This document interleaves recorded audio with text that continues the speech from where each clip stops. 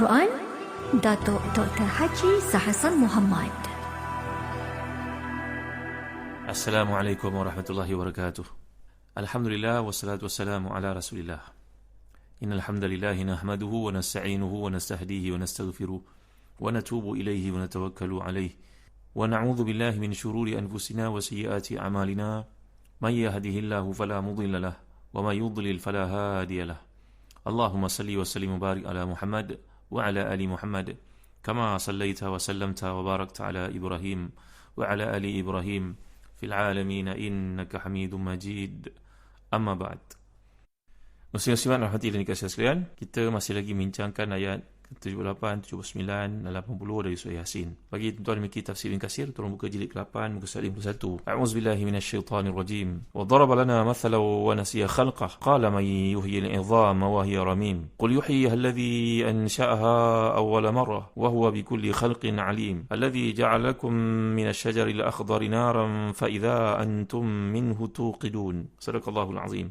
Dan dia membuat perumpamaan bagi kami dan dia lupa tentang kejadiannya. Dia berkata, siapakah yang dapat menghidupkan tulang belulang setelah dia hancur? Katakanlah, dia akan dihidupkan oleh Allah yang menciptakannya kali yang pertama. Dan dia maha mengetahui tentang segala makhluk. Iaitu Tuhan yang menjadikan untukmu api dari kayu yang hijau. Maka tiba-tiba kamu menyalakan api dari kayu tersebut. Kita masih lagi bincangkan tentang kejadian manusia yang dinafikan, ditolak oleh golongan pemberontak yang ingkar di kalangan kafirin musyrikin. Surah ni seperti yang telah kita pelajari daripada awal tu, surah yang membangkitkan iman. Ada banyak pengalaman para salihin yang mengatakan bahawa surah ni mudah dibacakan, supaya dengan dibacakan itu mudah bagi si mati untuk menghadapi sakaratul maut. Termasuk dicerita oleh Allahyarham Profesor Hamka dan tafsirnya tentang beliau mengunjungi satu jenazah yang sudah begitu lama waktu tidak mati-mati sehingga menyukarkan keluarga untuk menjaganya. Makan tidak, tidur tidak, sembahyang pun tidak, hidup dalam keadaan seperti itu, seperti bangkai yang hidup. Maka datang Allahyarham Profesor Dr. Hamka membacakan ayat.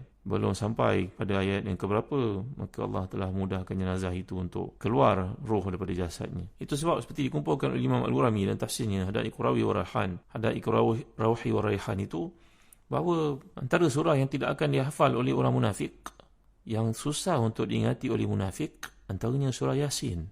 Allahu Akbar, Masya Allah, Tabaraka wa Ta'ala. Dan ada hadis daripada Khatib bin Ali radhiyallahu anhu bahawa Rasulullah SAW menjelaskan bahawa siapa yang memperdengarkan surah Yasin, antaranya diberi kepadanya keberkatan, diberi kepada nur, diberi kepada rahmat, diberi kepada rezeki, dan dihilangkan daripada dirinya sesusah hati dan juga penyakit-penyakit. Wallahu a'lam. Walaupun hadis ini dhaif, tapi ia tidak salah untuk menjadi amalan. Maka di kalangan masyarakat Melayu pun baca surah Yasin dan mengumpulkan air, dan mudah-mudahan ada sesuatu yang dapat melegakan mereka dari urusan dunia dan akhirat, mudah-mudahan. Ini disebut oleh Imam As-Suyuti dalam Ad-Durrul Mansur di awal kelebihan surah Yasin. Jadi ayat-ayat yang penghujung ini menceritakan tentang debat si kafir kepada Nabi SAW. Persoalan ditimbulkan dan sudah pun dijawab dalam kuliah-kuliah yang lalu. Bagaimana Allah mewahyukan kepada Nabi-Nya untuk menjawab, Na'am yumitukallahu azza wa jal summa yab'athuka summa yahsyuruka ila nar. Ya, kamu tanya tulang ni akan dihidupkan kembali, bukan? Memang Allah akan menghidupkannya. Dan Allah akan menghidupkan kamu walaupun kamu dah jadi tulang belulang seperti itu, dan akhirnya Allah akan menghumban kau masuk ke dalam neraka.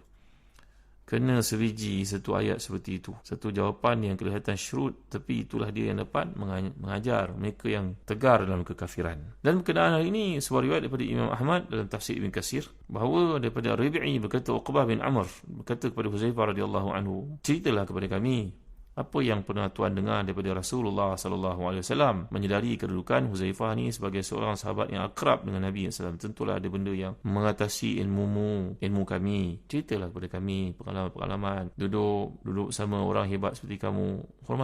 Menghormati kamu, sampaikanlah ilmu kepada kami. Begitu tuan-tuan yang mulia Allah sekalian. Jadi mereka sangat menghormati para ulama, mendengar daripadanya. Maka Huzaifah, sahabat Nabi yang merupakan penyimpan rahsia Rasulullah SAW, dan pada tangannya sahaja mengetahui siapakah golongan munafiqun itu. Huzaifah bin Al-Yaman radhiyallahu anhu, sahabat yang bijak ini, yang pernah disuruh oleh Nabi untuk belajar bahasa Ibrani ini, Suryaniyah ini. Maka beliau berkata, aku pernah dengar Rasulullah cerita ni memang mengusik hati, menjentik hatilah, katanya. Ini rajulan hadarahul mautu falamma aysa min hayati awsa ahlahu idza ana mutu fajma'u li حطبا كثيرا جزلا ثم أوقدوا فيه نارا حتى إذا أكلت رحمي وخلصت إلى عظمي فامتحشت فخذوها فدقوها فذروها في اليم ففعلوا وجمعه الله تعالى إليه ثم قال له لما فعلت ذلك قال من خشيتك يا رب faghfarallahu azza wa jal lahu. Seorang lelaki yang menghadapi kematian dan dia tahu dia tidak akan hidup lagi. Dia wasiat kepada keluarganya, kalau ayah mati, kalau abang mati, kumpulkanlah kayu, bakarlah kayu-kayu itu dengan api. Nanti kalau api telah membakar jasad ayah, jasad abang ini, maka hanguskanlah tulang belang itu, biar hancur dengan tengkoraknya, jangan ada yang tinggal. Dan ambillah abunya, sebarkanlah ke hutan, ke lautan, ke mana tempat dalam dunia. Jangan biar dia di satu tempat. Maka mereka melakukannya. Di akhirat Allah SWT menghimpunkannya, kerana saya dah ceritakan kepada tuan-tuan, apa-apa berkaitan akhirat yang merupakan satu yang bersifat jazam, maka Allah menggunakan fi'il madhi yang merujuk kepada tahakkuk, bahawa semua ayat berkaitan dengan peristiwa hari kiamat Allah akan gunakan fi'il madhi. Kerana fi'il madhi ini merujuk kepada satu yang confirm akan berlaku, walaupun dalam bentuk past tense, padahal ia belum berlaku lagi. Kerana fi'il madhi dalam bahasa Arab merujuk kepada satu benda yang pasti akan berlaku, terutamanya daripada ketetapan Allah akan perkara tersebut. Maka dalam konteks ini, lelaki yang telah melakukan banyak maksiat ini minta kepada keluarganya supaya dibakar jasadnya, supaya jadi debu itu ditaburkan ke mana pelusuk tempat dalam dunia. Tiba-tiba Allah mengumpulkan jasadnya. Ini menceritakan kepada kita kekuasaan Allah. Qul yuhyihil ladzi ansha'aha awwala marrah wa huwa bikulli khalqin alim. Maka dikumpulkan jasadnya kembali depan Allah. Allah bertanya kepadanya, mengapa engkau buat demikian, fulan? Jawapannya, wahai Tuhan, tak ada apa yang aku lakukan, kebaikan, keburukan banyak sekali. Aku malu bertemu denganmu, wahai Tuhan. Aku malu, aku takut. Aku ini memang kecewa dengan kemampuan diriku, persembahan diriku, peluang yang kau berikan. Dengan sebab kesungguhannya dalam ketakutan itu, rupanya jadi taubat di sisi Allah, tuan-tuan. Allahu Akbar. Maka Allah berfirman kepadanya, pergilah engkau, wahai hamba-Ku, engkau diampunkan. Ada banyaklah perkara yang menyebabkan keampunan daripada Allah SWT. Antaranya dalam kehidupan ini mudahkan untuk orang lain. Masuklah kisah para salafus salih yang pernah menyatakan bahawa di kalangan mereka bermimpi melihat orang salih itu masuk syurga, bertanya kepadanya, apakah rahsia amalan kau, apakah banyak kitab yang kau baca dan kau tulis? Jawapannya, tidak. Allah berkata kepadaku, berfirman padaku, apa yang telah lepas, lepaslah. Kerana Polan ini ketika hidup dahulu selalu mengatakan demikian pada orang yang buat salah padanya. Maka ini menjadi iktibar kepada kita dalam kaitan berhubungan ayat ini tentang kita akan dibangkitkan semula oleh Allah SWT. Dan saya telah jelaskan kuliah lalu pandangan Dr. Latif Nabulusi sebagai contohnya. Apakah yang dimaksudkan dengan asyajar al-akhdar bertukar menjadi nar ini? Iaitu antaranya pandangan moden beliau kemukakan fosil yang ada dalam tanah, dalam ilmu geologi yang menunjukkan bahawa ia adalah satu benda yang bersifat tanaman satu masa dahulu dan tersimpan padanya kuasa solar sehingga dia dapat diterbitkan semula dalam bentuk moden hari ini, mungkin ratusan, mungkin jutaan tahun terdahulu dia sudah bersemadi di dasar bumi dan kemudian hari ini terbit keluar sebagai petroleum. Dan itu maksud Allah SWT menukarkan pokok yang sifatnya hijau tiba-tiba bertukar menjadi api. Pokok yang mempunyai air dalam dirinya, tapi zat itu bertukar menjadi bahan yang berlawanan dengannya. Itu juga boleh kita anggap sebagai satu tafsir moden yang boleh masuk dalam akal kita. Jadi kemudian kita lihat pada ayat 81 menuju ke penghujung surah Yasin ini. A'udzubillahi minasyaitonirrajim. Awalaysa alladhi khalaqas samawati wal arda biqadirin ala an yakhluqa mithlahum بلى وهو الخلاق العليم إنما أمره إذا أراد شيئا أن يقول له كن فيكون فسبحان الذي بيده ملكوت كل شيء وإليه ترجعون. Dan tidakkah Tuhan yang berkuasa menciptakan langit dan bumi itu berkuasa menciptakan kembali jasad-jasad mereka yang sudah hancur itu?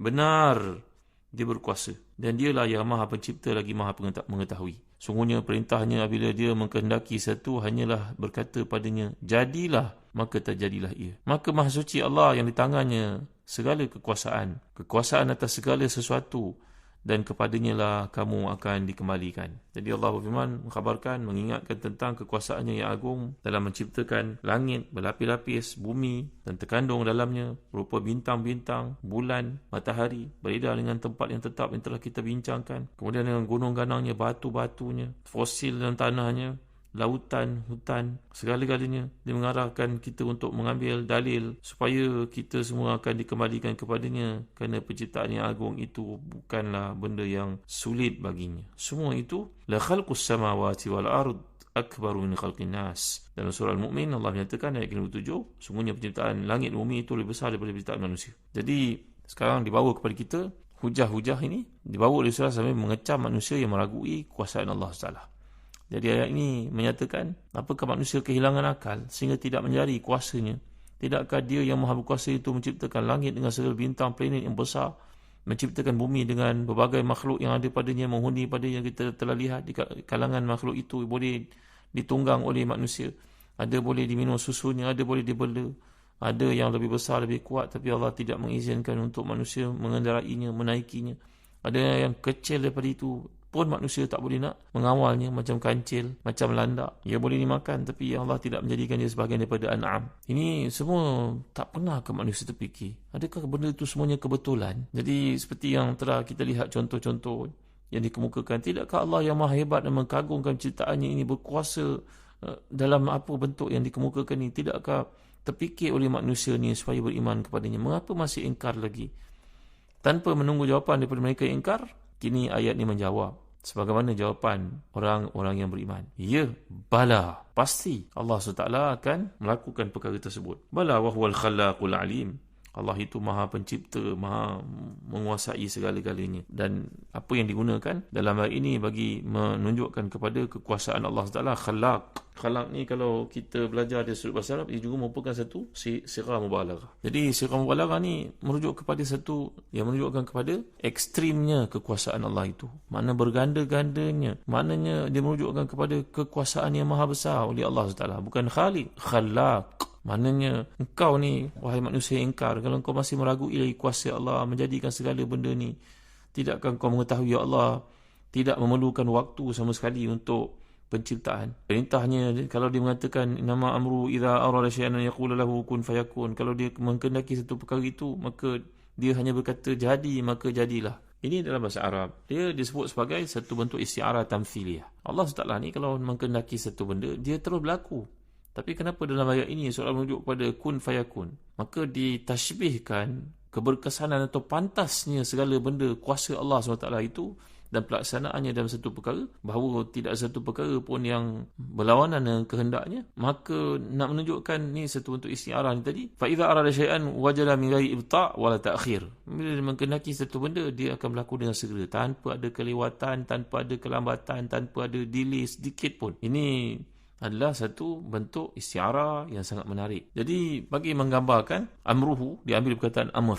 Amru ni maknanya dia bererti perintah ataupun boleh juga dimaksudkan sebagai keadaan. Para ulama sepakat mengatakan bahawa ayat ini bicara tentang kuasa Allah yang tidak dapat dilukis dengan kata-kata. Kerana kekuasaan Allah itu dia memiliki pemerintahannya, ketetapannya, perintahnya, kehendaknya tak dapat dibatalkan atau dielakkan. Sampai jadi satu polisi lah bagi kita gambarkan, saya ni bukanlah seorang yang kun fayakun, saya bukan golongan kayangan. Nak menceritakan, nak ditamsilkan kekuasaan Allah itu, bahawa segala yang dihendak itu pasti berlaku. Kita dengarkan orang kata, saya ni bukanlah dari kalangan yang kalau kun fayakun nak mesti dapat. Tak, saya bukan golongan tu, ada keterbatasannya. Jadi ini menunjukkan bahawa penggunaan perkataan tersebut bagi merujuk kepada kekuasaan Allah yang maha besar. Dia untuk mewujudkan sesuatu, dia hanya merintah dan perintahnya itu terlaksana dengan sangat mudah. Dan sesuatu yang dikehendaki itu serta-merta wujud dengan cepat. Semudah kata kun bila manusia mengatakannya. Bahkan lebih mudah, lebih pantas daripada ucapan itu. Jadi penjelasan ini memberi kefahaman kepada kita tentang makna amrun innama amruhu itu dalam erti perintah. Al-Imam Tahir Ibn Ashur kata dalam tafsirnya Tahrir Tanwir, beliau memahami amrun di sini dalam erti keadaan. Menurutnya makna ini lebih tepat dalam konteks keraguan kaum musyrikin atas kuasa Allah menghidupkan kembali tulang belulang yang telah hancur. Maknanya, kata Tahir Ibn Ashur ni, tiada keadaan bagi Allah ketika dia hendak menciptakan satu ciptaan kecuali ketetapannya untuk mencipta perkara itu. Jadi penggalan ini, jadi dalam ayat ini menunjukkan kepada kita kefahaman ketetapannya atas satu perkara yang dia hendak dia terus terjadi. Jadi dengan kata kun, ini untuk menjelaskan bahawa untuk mewujudkannya dia tidak menggunakan tangan, dia tak menggunakan alat. Allah tidak mengolah ataupun memerlukan kepada bantuan pekerja. Kerana kaum musyrikin membayangkan dalam konteks persoalan mereka bahawa Allah ini macam makhluk. Maka nak bezakan Allah dengan makhluk. Makhluk kalau nak buat satu benda, manusia itu memerlukan kepada pekerja, memerlukan waktu, memerlukan alatan, tapi Allah tidak. Maka perkataan kun fayakun ini memberi satu gambaran, jika Allah hendak mencipta sesuatu, itu dapat terjadi dalam masa yang singkat, dengan cepat, lebih cepat daripada kun itu sendiri. Jadi Allah sebenarnya tidak memerlukan kepada kun, perkataan kun untuk mencipta. Ayat ini hanya maksud memberi ilustrasi tentang kuasanya dan tiada keperluannya kepada satu apapun. Oleh sebab itu, jangan pula kita menganggap bahawa ciptaannya tercipta dengan sangat cepat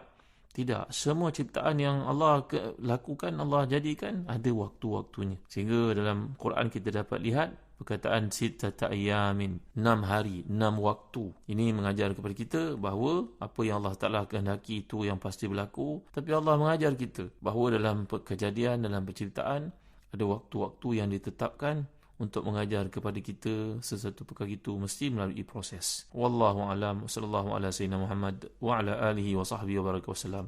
Walhamdulillahirabbil alamin. Wa barakallahu fikum. Wassalamu alaikum warahmatullahi wabarakatuh.